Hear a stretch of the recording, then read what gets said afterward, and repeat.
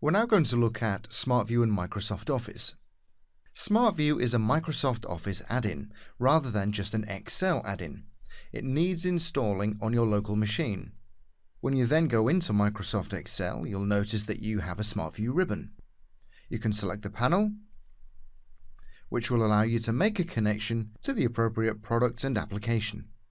Bear in mind that it is a Microsoft Office add-in, so I've just switched to Word, and you'll notice that I've still got a SmartView ribbon in Word as well, and I also have a panel where I can make a connection.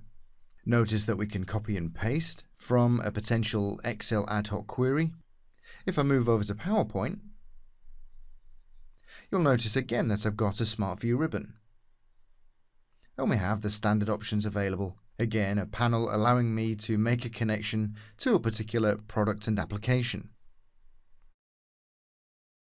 So do remember that SmartView is not just an Excel add-in. You'll see a SmartView right across the Microsoft Office suite, even potentially in Microsoft Outlook, once SmartView has been installed on your local machine.